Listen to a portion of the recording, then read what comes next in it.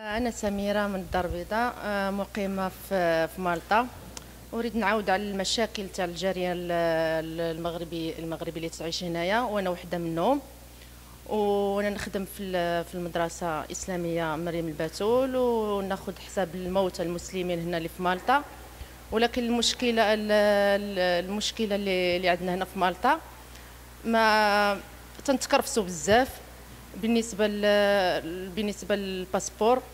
وانا السنه اللي فاتت كنت انا مشيت وشدوني البوليس في المطار على قبل الباسبور بانهم سالي ليا، وقلت لهم راه ما صايبتوش علشان ما عندناش القنصليه هنايا وما جاوش، وجاتني اخبار الموت وخصني نمشي بسرعه، وبهدلوني انا وولدي وخلاو ولدي بوحدو. حتى ولدي دابا ما بقاش باغي يمشي للمغرب، ولا تتشدو الخلعه بان البوليس اش داروا ليه.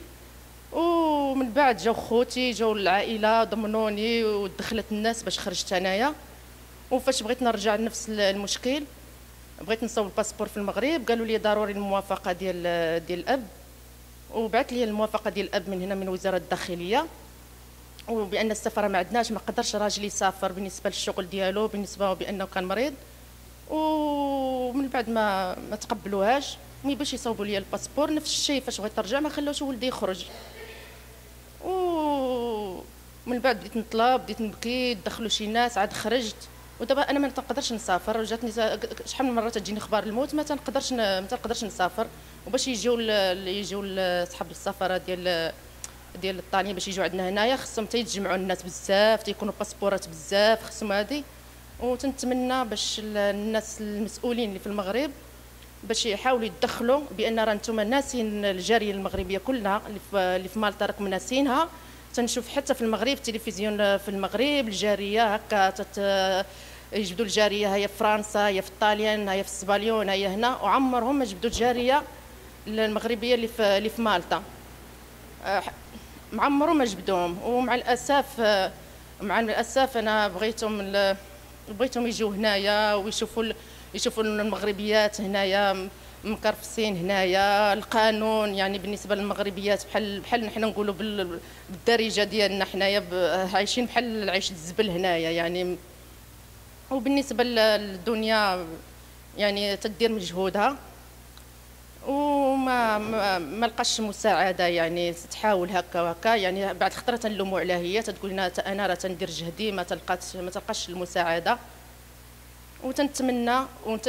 تنتمنى باش يجوا يشوفونا هنايا. راه الناس راه كاين اللي 5 سنين ما مشاش، كاين اللي عندها مجوجه مالطي عندها المشاكل مع الاولاد وهذه. وتنتمنى باش ياخذوا باش يردوا لنا هنا البال، وباش يجوا يشوفونا. يجي اش غنقول، باش يردوا لنا البال هنايا، باش يشوفوا الجاريه، بان الجاريه المغربيه راه المشكله اللي عندك في الناس عندهم مشاكل بزاف بزاف بزاف بزاف. وتنتمناو باش يعملوا لنا قنصليه هنا في مالطا، باش تحيد لنا هذا المشكل. حنا تنبغوا المغرب وتنموتوا على المغرب منهم. انا يعني تنتمنى هاك 3 مرات ننزل المغرب، ولكن هذه المشكله ديال الباسبور تنخاف يشدوا لي ولدي، نخاف انا ما يخلونيش نطلع، يخافوا هذا. والجمعيه هنايا اللي في مالطا تدي المحاوله، ولكن خاصها دعم باش يقدروا يديروا هنايا القنصليه هنا في مالطا.